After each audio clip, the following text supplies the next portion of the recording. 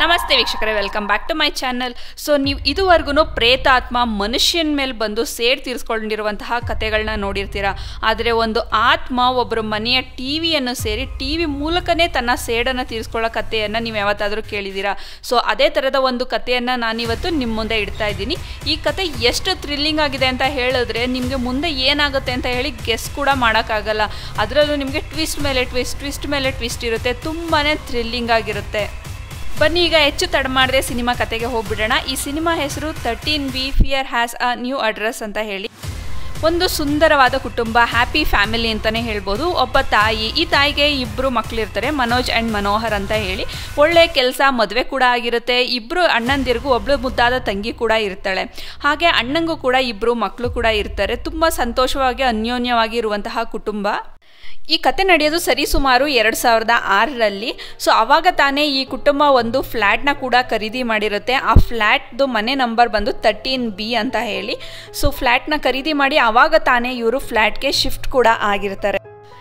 ಎರಡನೇ ದಿನ ಮನೋಹರ್ನ ಹೆಂಡ್ತಿ ಕಾಫಿ ಮಾಡೋಕ್ಕೆ ಹೋಗ್ತಾಳೆ. ಆದರೆ ಅಚಾನಕ್ಕಾಗಿ ಹಾಲು ಒಡೆದೋಗ್ಬಿಡುತ್ತೆ. ಸೊ ಅಲ್ಲೇ ಹಾಲಲ್ಲಿ ಮಕ್ಳ ಜೊತೆ ಮಾತಾಡ್ತಿದ್ದಂಥ ಅವ್ರ ಅತ್ತೆಗೆ ಹೇಳ್ತಾಳೆ ಹಾಲು ಒಡೆದೋಯ್ತು ಅಂತ ಹೇಳಿ. ಅವ್ರ ಅತ್ತೆ ತುಂಬಾ ಗಾಬರಿ ಆಗ್ತಾರೆ. ಏನಿದು, ಮನೆಗೆ ಬಂದಾಗಿಂದ ಒಂದಲ್ಲ ಒಂದು ಅಪಶಕನ ಆಗ್ತಾನೇ ಇದೆ.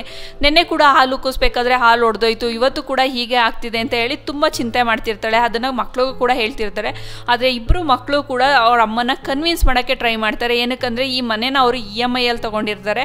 ಅದು ಕೂಡ 20 ವರ್ಷ EMI ಹಾಕಿಸ್ಕೊಂಡು ಲೋನ್ ತೊಗೊಂಡು ಎಲ್ಲ ತುಂಬಾ ಕಷ್ಟಪಟ್ಟು ಮನೇನ ತೊಗೊಂಡಿರ್ತಾರೆ. ಸೊ ನಾವು ಏನೇ ಆದರೂ ಈ ಮನೆಯಲ್ಲೇ ಬದುಕಬೇಕು, ದಯವಿಟ್ಟು ಅಪಶಕುನ ಅಂತ ಎಲ್ಲ ಹೇಳ್ಬೇಡಿ ಅಂತ ಹೇಳಿ ಅವ್ರ ಅಮ್ಮನ್ನ ಕನ್ವಿನ್ಸ್ ಮಾಡ್ತಿರ್ತಾರೆ. ಸೊ ಅದೇ ಸಮಯಕ್ಕೆ ಮನೋಹರ್ನ ಅಣ್ಣನ ಮಗ ಬಂದು ಮನೋಹರ್ದು ಹೊಸ ಫೋನಿಂದ ಫೋಟೋನ ತೆಗಿತಾ ಇರ್ತಾನೆ.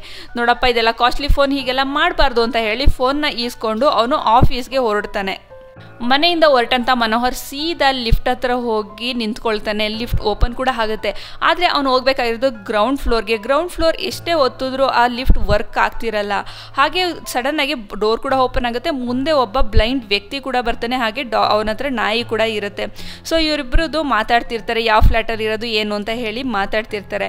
ಹಾಗೆ ಆ ವ್ಯಕ್ತಿ ಕೂಡ ಹೇಳ್ತಿರ್ತಾನೆ, ನೀವು ಇಷ್ಟು ಕೆಳಗಡೆಯಿಂದ ಸ್ಟೆಪ್ಸಲ್ಲಿ ಏನಕ್ಕೆ ಹೋಗ್ತೀರಾ, ಲಿಫ್ಟಲ್ಲಿ ಹೋಗ್ಬೋದಲ್ಲ ಅಂತ ಹೇಳಿದ್ರೆ ಅವ್ರನ್ನು ಲಿಫ್ಟ್ ವರ್ಕ್ ಆಗಲ್ಲ ಅಂತ ಹೇಳ್ತಾನೆ.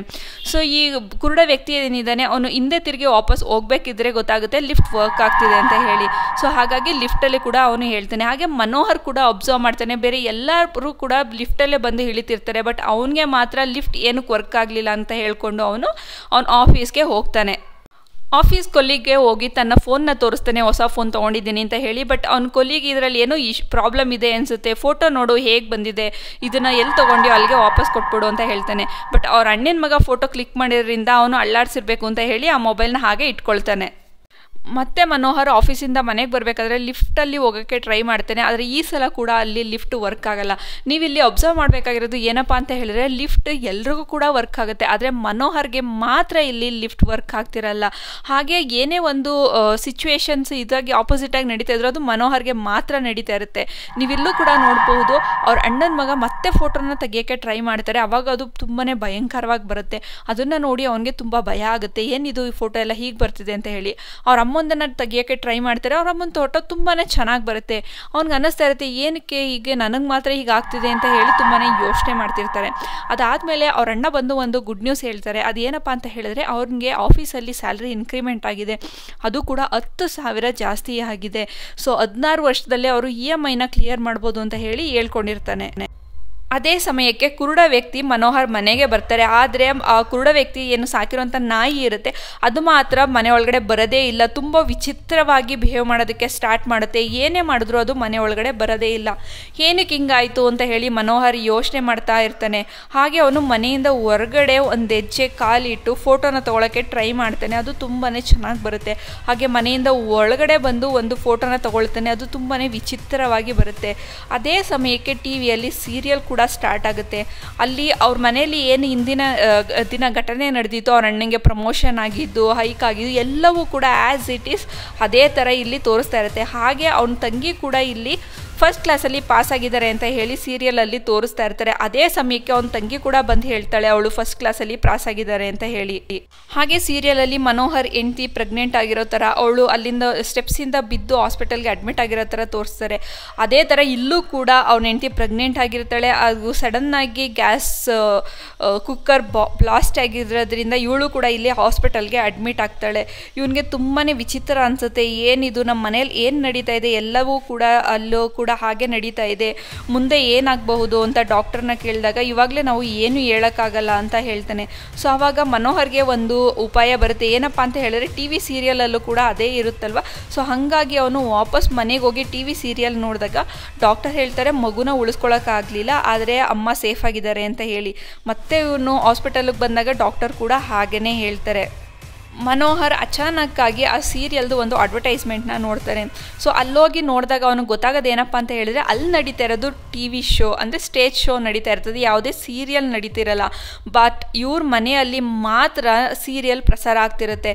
ಸೊ ಅದು ಹೇಗೆ ಆಗ್ತಿರುತ್ತೆ ಅಂತ ಹೇಳಿ ಅವನ ಫ್ರೆಂಡ್ ಒಬ್ಬ ಪೊಲೀಸ್ದು ಹೆಲ್ಪ್ ತೊಗೊಂಡು ಅವನನ್ನು ಕೂಡ ಮನೆಗೆ ಕರ್ಕೊಂಬರ್ತಾನೆ ಪ್ರೂಫ್ ತೋರಿಸೋದಕ್ಕೆ. ಬಟ್ ಅಲ್ಲಿ ಒಂದು ವಿಚಿತ್ರವಾದ ಘಟನೆ ನಡೆಯುತ್ತೆ. ಅದೇನಪ್ಪ ಅಂತ ಹೇಳಿದ್ರೆ ಇಲ್ಲಿ ಒಂದು ವಿಚಿತ್ರವಾದ ಘಟನೆ ನಡೆಯುತ್ತೆ. ಅದೇನಪ್ಪ ಅಂತ ಹೇಳಿದ್ರೆ ಸೀರಿಯಲಲ್ಲೂ ಕೂಡ ಒಬ್ಬ ಪೊಲೀಸ್ ಬರ್ತಾನೆ. ಆ್ಯಸ್ ಇಟ್ ಈಸ್ ಇಲ್ಲಿ ಹೇಗೆ ಇವನ ಮನೆಗೆ ಬಂದ ಹೇಗೆ ಮಾತಾಡ್ಸಿದ್ರು ಅದೇ ಥರ ಅಲ್ಲೂ ಒಂದು ಘಟನೆ ನಡೀತಾ ಇರುತ್ತೆ. ಹಾಗೆ ಅಲ್ಲಿ ಸೀರಿಯಲಲ್ಲಿ ಅವನಿಗೆ ಒಂದು ಫೋನ್ ಕಾಲ್ ಬರುತ್ತೆ. ಅದೇನಪ್ಪ ಅಂತ ಹೇಳಿದ್ರೆ ಪೊಲೀಸ್ ಮನೆ ಏನಿದೆ ಅವನ ಹೆಂಡತಿ ಇರೋ ಕಡೆ ಒಂದು ಸಿಲಿಂಡರ್ ಬ್ಲಾಸ್ಟ್ ಆಗಿರುತ್ತೆ ಅಂತ ಹೇಳಿದ್ರೆ ಸಿಲಿಂಡರ್ ಲೀಕ್ ಆಗ್ತಾ ಇದೆ ಅಂತ ಹೇಳ್ತಾನೆ. ಸೊ ಈ ಘಟನೆ ನಡೀತೆ, ಹೇಗಾದರೂ ಇದನ್ನು ತಡಿಬೇಕು ಅಂತ ಹೇಳಿ ಅವರು ಪೊಲೀಸ್ ಮನೆಗೆ ಹೋಗಿ ಅದನ್ನು ತಡೀತಾರೆ. ಹಾಗೆ ಮನೋಹರ್ ಮತ್ತೆ ಮನೆಗೆ ಬಂದು ಇವತ್ತು ಸೀರಿಯಲಲ್ಲಿ ಏನಾಯಿತು ಅಂತ ಹೇಳಿದಾಗ ಅವನ ಹೆಂಡತಿ ಹೇಳ್ತಾಳೆ, ಇವತ್ತು ಸೀರಿಯಲಲ್ಲಿ ನಾಯಿ ಬಂದು ಪಾರ್ಕಲ್ಲಿ ಹೋಗಿ ಗುಂಡಿ ತೋಡ್ತಾ ಇತ್ತು, ಅಲ್ಲಿ ಏನೋ ಇದೆ ಅಂತ ಇದು ಮಾಡ್ತಿತ್ತು, ಅಷ್ಟರಲ್ಲಿ ಸೀರಿಯಲ್ ಮುಗ್ದೋಯ್ತು ಅಂತ ಹೇಳಿ. ಸೊ ಇವನು ಕೂಡ ಹೋಗಿ ಪಾರ್ಕಲ್ಲಿ ಹುಡುಕ್ದಾಗ ಅವನಿಗೆ ಒಂದು ಆಲ್ಬಮ್ ಸಿಗುತ್ತೆ. ವಿಚಿತ್ರ ಏನಪ್ಪ ಅಂತ ಹೇಳಿದ್ರೆ ಆ ಆಲ್ಬಂಬಲ್ಲಿ ಇರೋರು ಎಲ್ಲರೂ ಕೂಡ ಇವ್ರ ಮನೆಯ ಟಿ ವಿಯಲ್ಲಿ ಬರ್ತಾ ಇರುವ ಸೀರಿಯಲಲ್ಲಿ ಇರ್ತಾರೆ. ಸೊ ತುಂಬಾ ಗಾಬರಿಯಾಗಿ ಏನಾಯಿತು ಅಂತ ಹೇಳಿ ಒಬ್ಬರು ಡಾಕ್ಟ್ರ್ ಹತ್ರ ಕೂಡ, ಅಂದರೆ ಇವ್ರ ಫ್ಯಾಮಿಲಿ ಡಾಕ್ಟರ್ ಹತ್ರ ಹೋಗ್ತಾರೆ. ಇವರು ಒಂದು ಸ್ಟೋರಿನ ಓದಿದ್ದೀವಿ, ಈ ಥರ ಎಲ್ಲ ನಡೆಯುತ್ತಾ ಅಂತ ಹೇಳಿ ಅವನ ಹತ್ರ ಕೇಳೋದಕ್ಕೆ ಹೋಗ್ತಾರೆ. ಸೊ ಈ ಫ್ಯಾಮಿಲಿಗೆ ಏನಾಗಿದೆ, ಇವಾಗ ಎಲ್ಲಿದ್ದಾರೆ ಅಂತ ತಿಳ್ಕೊಳ್ಳೋದಕ್ಕೆ ಮನೋಹರ್ ಎಲ್ಲ ಹಳೆ ಪೇಪರ್ಸ್ನ ಹುಡ್ಕೋದಕ್ಕೆ ಸ್ಟಾರ್ಟ್ ಮಾಡ್ತಾನೆ. ಆವಾಗ ಅವನಿಗೆ ಗೊತ್ತಾಗೋದು ಏನಪ್ಪ ಅಂತ ಹೇಳಿದ್ರೆ ಈ ಫ್ಯಾಮಿಲಿಯ ಎಲ್ಲರನ್ನು ಯಾರೋ ಒಬ್ಬರು ಬರ್ಬರವಾಗಿ ಸುತ್ತಿಗೆಯಲ್ಲಿ ಹೊಡೆದು ಹತ್ಯೆ ಮಾಡಿರ್ತಾರೆ. ಸೊ ಅದಾದಮೇಲೆ ಅದೇ ಮನೆನ ಉರುಳಿಸಿ ಇಲ್ಲಿ ಅಪಾರ್ಟ್ಮೆಂಟ್ನ ಕಟ್ಟಿರ್ತಾರೆ ಅಂತ ಗೊತ್ತಾಗುತ್ತೆ. ಈ ಫ್ಯಾಮಿಲಿ ಒಂದು ಟಿ ವಿನ ತೊಗೊಂಡಿರ್ತಾರೆ. ಆ ಟಿ ವಿಯ ಏನಕ್ಕೆ ತೊಗೊಂಡಿರ್ತಾರೆ ಅಂತ ಹೇಳಿದರೆ ಆ ಟಿ ವಿಯಲ್ಲಿ ಅವನ ತಂಗಿ ಆ್ಯಂಕರ್ ಆಗಿ ಕೆಲಸ ಮಾಡ್ತಿರ್ತಾಳೆ. ಸೊ ಅವಳನ್ನ ನೋಡೋದಕ್ಕೋಸ್ಕರ ಅಂತಲೇ ಆ ಟಿ ವಿನ ತೊಗೊಂಡಿರ್ತಾರೆ. ತುಂಬಾ ಸಂಭ್ರಮದಲ್ಲಿರ್ತಾರೆ. ಹಾಗೆ ಅದರಲ್ಲಿ ಒಬ್ಬ ಹ್ಯಾಂಡಿಕ್ಯಾಪ್ ಇರ್ತಾನೆ ಅವನ ತಮ್ಮ, ಅವನು ಕೂಡ ಅದನ್ನು ನೋಡಿ ತುಂಬಾ ಸಂತೋಷ ಪಡ್ತಾನೆ. ಹಾಗೆ ಆವಾಗ ಹೊಸದಾಗಿ ಟಿ ವಿ ತೊಗೊಳೋದ್ರಿಂದ ಅಕ್ಕಪಕ್ಕದ ಮನೆಯವರೆಲ್ಲ ಬಂದು ನೋಡ್ತಾರೆ. ಆದರೆ ಅವನು ಹ್ಯಾಂಡಿಕ್ಯಾಪ್ ಆಗಿರೋದ್ರಿಂದ ಬುದ್ಧಿಮಾಂದ್ಯ ಆಗಿರೋದ್ರಿಂದ ಅವ್ರಿಗೆಲ್ಲರಿಗೂ ಹೊಡೆದು ಕಳಿಸ್ಬಿಡ್ತಾರೆ. ಹೀಗೆ ಟಿ ವಿ ನೋಡ್ತಾ ಖುಷಿಯಾಗಿ ಮಲ್ಕೊಂಡಂತಹ ಕುಟುಂಬದವರು ಯಾರೂ ಬದುಕಿರಲ್ಲ. ಎಲ್ಲರನ್ನೂ ಸುತ್ತಿಗೆಯಿಂದ ಹೊಡೆದು ಕೊಲೆ ಆಗಿರುತ್ತೆ ಆ ಬುದ್ಧಿಮಾಂದ್ಯ ವ್ಯಕ್ತಿನ ಬಿಟ್ಟು. ಅವನೇನು ಮಾಡ್ತಿರ್ತಾನೆ ಅಂದರೆ ಸುತ್ತಿಗೆನ ಇಟ್ಕೊಂಡು ಆ ಕಡೆ ಈ ಕಡೆ ಓಡಾಡ್ತಿರ್ತಾನೆ. ಸೊ ಅಲ್ಲಿಗೆ ಪೊಲೀಸ್ ಕೂಡ ಬರ್ತಾರೆ. ಪೊಲೀಸವರು ಅಕ್ಕಪಕ್ಕದವ್ರ ಹತ್ರ ವಿಚಾರಿಸಿದಾಗ ಅವ್ರು ಏನು ಹೇಳ್ತಾರೆ ಅಂದರೆ ಇದು ಯಾವುದೋ ದೆವ್ವ ಮಾಡಿರೋಕತ್ತೆ. ಏನಕ್ಕಂದರೆ ಆ ತಂಗಿ ಏನು ಹೇಳ್ತಾನೆ, ಅವನಿಗೆ ಎಂಗೇಜ್ಮೆಂಟ್ ಕೂಡ ಆಗಿರುತ್ತೆ. ಬಟ್ ಎಂಗೇಜ್ಮೆಂಟ್ ದಿನ ಬೇರೆ ಯಾವುದೋ ಒಬ್ಬ ಹುಡುಗ ಬಂದು ಅಲ್ಲಿ ಗಲಾಟೆ ಮಾಡಿರ್ತಾನೆ, ನಾನು ಅವಳನ್ನ ಇಷ್ಟಪಡ್ತಾ ಇದ್ದೀನಿ ಅಂತ ಹೇಳಿ. ಇವರು ಅದಕ್ಕೆ ಒಪ್ಕೊಳ್ದೆ ಅವನ್ನ ಹೊಡೆದು ಕಳಿಸಿರ್ತಾರೆ. ಬಟ್ ಅವನು ಹೋಗಿ ಅಲ್ಲಿ ಸೂಸೈಡ್ ಮಾಡಿಕೊಂಡು ಸತ್ತೋಗಿರ್ತಾನೆ. ಸೊ ಅವನೇ ದೆವ್ವ ಆಗಿ ಬಂದು ಇವರ ಇಡೀ ಕುಟುಂಬನ ಕೊಲೆ ಮಾಡಿದ್ದಾನೆ ಅಂತ ಹೇಳಿ ಎಲ್ಲರೂ ಅಕ್ಕಪಕ್ಕದವ್ರು ಮಾತಾಡ್ಕೊಳ್ತಿರ್ತಾರೆ. ಬಟ್ ಆದರೆ ಪೊಲೀಸ್ ಅವರು ಇಲ್ಲಿ ಆ ಬುದ್ಧಿಮಾಂದ್ಯ ವ್ಯಕ್ತಿ ಏನಿದ್ದಾನೆ ಅವನೇ ಕೊಲೆ ಮಾಡಿದ್ದಾನೆ ಅಂತ ಹೇಳಿ ಅವನ್ನ ಅರೆಸ್ಟ್ ಮಾಡ್ತಾರೆ.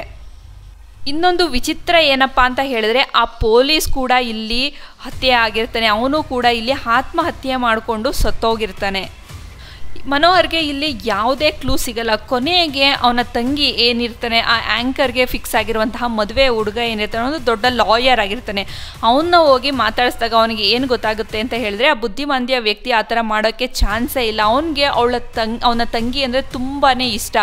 ಇದನ್ನು ಯಾರೋ ಮೂರನೇ ವ್ಯಕ್ತಿ ಮಾಡಿ ಅವನ ತಲೆಗೆ ಕಟ್ಟಿರ್ತಾರೆ ಅಂತ ಹೇಳ್ತಾನೆ. ಈ ಕಡೆ ಟಿ ವಿಯಲ್ಲಿ ಮನೋಹರ್ರೇ ಅವನ ಕುಟುಂಬನ ಎಲ್ಲರನ್ನೂ ಸಾಯಿಸ್ತಾನೆ ಅಂತ ತೋರಿಸ್ತಾರೆ. ಸೊ ಅದನ್ನು ನೋಡಿದ್ರೆ ಮನೋಹರ್ಗೆ ತುಂಬಾ ಗಾಬರಿಯಾಗಿ ಡಾಕ್ಟರ್ ಹತ್ರ ಹೋಗ್ತಾನೆ. ದಯವಿಟ್ಟು ನನ್ನ ಫ್ಯಾಮಿಲಿನ ಎಲ್ಲರನ್ನೂ ಬೇರೆ ಊರಿಗೆ ಕಳಿಸಿ, ನೀವು ಫ್ಯಾಮಿಲಿ ಡಾಕ್ಟರ್ ಆಗಿರೋದ್ರಿಂದ ನೀವು ಹೇಳಿದ್ರೆ ಎಲ್ಲರೂ ಕೂಡ ಬೇರೆ ಊರಿಗೆ ಹೋಗ್ತಾರೆ, ಹಾಗೆ ನನ್ನನ್ನು ಇಲ್ಲಿ ಎಲ್ಲಾದರೂ ಕಟ್ ಹಾಕಿ ನಾನು ಎಲ್ಲೂ ಹೊರಗಡೆ ಹೋಗಬಾರ್ದು, ಆ ಥರ ರೂಮ್ ಒಳಗಡೆ ಕೂಡಾಕಿ ಅಂತ ಹೇಳಿ ಇರ್ತಾನೆ. ಬಟ್ ಆದರೆ ಮನೋಹರ್ ಆ ಡಾಕ್ಟರ್ ಮನೆಯಲ್ಲಿ ಆ ಟಿ ವಿಯಲ್ಲಿ ನೋಡಿದಂತಹ ಅದೇ ಸುತ್ತಿಗೆನ ನೋಡ್ತಾನೆ. ಇಲ್ಲಿ ಮನೋಹರ್ ಮನೆಗೆ ಡಾಕ್ಟರ್ ಕೂಡ ಬರ್ತಾರೆ. ಆ ಡಾಕ್ಟರ್ ಟಿ ವಿನ ನೋಡಿ ತುಂಬಾ ಶಾಕ್ ಆಗ್ತಾರೆ. ಏನಕ್ಕಪ್ಪ ಅಂತ ಹೇಳಿದ್ರೆ ಆ ಆ್ಯಂಕರ್ನ ಇಷ್ಟಪಟ್ಟಿದ್ದ ಹುಡುಗ ಬೇರೆ ಯಾರೂ ಅಲ್ಲ, ಈ ಡಾಕ್ಟರ್ನ ತಮ್ಮ ಆಗಿರ್ತಾನೆ. ಸೊ ಅವನ ತಮ್ಮನ ಸಾವಿಗೆ ಆ ಹುಡುಗಿ ಮತ್ತು ಅವರ ಮನೆಯವರೇ ಕಾರಣ ಅಂತ ಹೇಳಿ ತುಂಬಾ ದ್ವೇಷನ ಇಟ್ಕೊಂಡು ಅವ್ರ ಮನೆಯವ್ರಿಗೆ ಎಲ್ಲರನ್ನೂ ಮಕ್ಕಳನ್ನು ಸಮೇತ ಬರ್ಬರವಾಗಿ ಹತ್ಯೆ ಮಾಡಿರ್ತಾನೆ. ಹಾಗೆ ಇದ್ರ ಸುಳಿವು ಸಿಕ್ಕಂತಹ ಪೊಲೀಸ್ನು ಕೂಡ ಇವನೇನೆ ಬರ್ಬರವಾಗಿ ಹತ್ಯೆ ಮಾಡಿ ಅದನ್ನು ಆತ್ಮಹತ್ಯೆ ಅಂತ ತೋರಿಸಿರ್ತಾನೆ. ಸೊ ಟಿ ವಿಯಲ್ಲಿ ಆ್ಯಂಕರ್ನ ನೋಡಿ ತುಂಬಾ ಗಾಬರಿಯಾಗಿ ಆ ಟಿ ವಿನ ಹೊಡೆದಾಕೋದಕ್ಕೆ ಟ್ರೈ ಮಾಡ್ತಾನೆ. ಅಲ್ಲೇ ಇದ್ದ ಸುತ್ತಿಗೆನ ತೊಗೊಂಡು ಆ ಟಿ ವಿನ ಜೋರಾಗಿ ಹೊಡೆದಾಕ್ತಾನೆ. ಸೊ ಅದೇ ಸಮಯಕ್ಕೆ ಮನೋಹರ್ ಹೆಂಡತಿ ಹಿಂದೆ ಬಂದು ಅಂಕಲ್ ಅಂತ ಕರೀತಾಳೆ. ಸೊ ಆವಾಗ ಹಿಂದೆ ತಿರುಗಿ ನೋಡಿದವನಿಗೆ ಅವ್ನು ಆಲ್ರೆಡಿ ಮೆಂಟಲಿ ತುಂಬಾ ಪ್ರೆಷರ್ ಇದ್ದಿದ್ದರಿಂದ ಅವನ ಫ್ಯಾಮಿಲಿ ಎಲ್ಲರೂ ಕೂಡ ಆ ಆ್ಯಂಕರ್ ಫ್ಯಾಮಿಲಿಯ ಥರನೇ ಕಾಣಿಸ್ತಾರೆ. ಸೊ ನೀವಿನ್ನೂ ಬದುಕಿದ್ದೀರಾ, ನನ್ನ ತಮ್ಮನ್ನು ಸಾಯಿಸಿದ್ದು ನೀವೇ ಅಂತ ಹೇಳಿ ಅವ್ರ ಫ್ಯಾಮಿಲಿ ಮೇಲೆ ಕೂಡ ಅಟ್ಯಾಕ್ ಮಾಡ್ತಾನೆ. ಸೊ ಮನೋಹರ್ ಅಣ್ಣ ಏನಿದ್ದಾನೆ ಅವನಿಗೆ ಸುತ್ತಿಗೆಯಲ್ಲಿ ಹೊಡೆದು ಕೆಳಗಡೆ ಉರುಳಿಸ್ತಾನೆ. ಅದೇ ಸಮಯಕ್ಕೆ ಮನೋಹರ್ ಡಾಕ್ಟರ್ ಮನೆಯಿಂದ ಬಂದು ಡಾಕ್ಟರ್ಗೆ ಹೊಡೆದು ಅವನ ಫ್ಯಾಮಿಲಿನ ಸೇವ್ ಮಾಡ್ತಾನೆ. ಸೊ ಹೀಗೆ ಆತ್ಮಗಳಿಗೂ ಕೂಡ ಶಾಂತಿ ಸಿಗುತ್ತೆ. ಏನಕ್ಕಂದರೆ ಅವರು ಏನು ಸೇಡ್ ತೀರಿಸ್ಕೊಬೇಕು ಅಂತ ಹೇಳಿದ್ರು ಆ ಸೇಡನ್ನ ತೀರಿಸ್ಕೊಂಡಿರ್ತಾರೆ. ಹಾಗೆ ಮನೋಹರ್ ಮತ್ತು ಅವರ ಫ್ಯಾಮಿಲಿ ಆ್ಯಸ್ ಯೂಶ್ವಲ್ ತಮ್ಮ ಲೈಫ್ನ ಲೀಡ್ ಮಾಡೋದಕ್ಕೆ ಶುರು ಮಾಡ್ತಾರೆ. ಹಾಗೆ ಮನೋಹರ್ ಆ ಬುದ್ಧಿಮಾಂದ್ಯ ವ್ಯಕ್ತಿ ಏನಿರ್ತಾನೆ ಅವನ್ನ ಮನೆಗೆ ಕರ್ಕೊಂಡ್ಬಂದು ತನ್ನ ಸ್ವಂತ ಅಣ್ಣನ ಥರ ನೋಡ್ಕೊಳ್ತಾ ಇರ್ತಾನೆ. ನೋಡಿದ್ರಲ್ಲ ವೀಕ್ಷಕರೇ, ನಾನು ಇವತ್ತು ಹೇಳಿದಂಥ ಸ್ಟೋರಿ ನಿಮಗೆ ತುಂಬಾ ಇಷ್ಟ ಆಯಿತು ಅಂತ ಅಂದ್ಕೊಂಡಿದ್ದೀನಿ. ಸೊ ಇಷ್ಟ ಆಯಿತಾ ಇಲ್ವಾ ಅಂತ ಹೇಳಿ ಕಮೆಂಟ್ ಮಾಡಿ ತಿಳಿಸಿ. ದಯವಿಟ್ಟು ನಿಮಗೆ ಇಷ್ಟ ಆಗಿದರೆ ವಿಡಿಯೋನ ಲೈಕ್ ಮಾಡೋದನ್ನು ಮರಿಬೇಡಿ, ಹಾಗೆ ಪೇಜ್ನ ಫಾಲೋ ಮಾಡೋದನ್ನು ಮರಿಬೇಡಿ. Thanks for watching.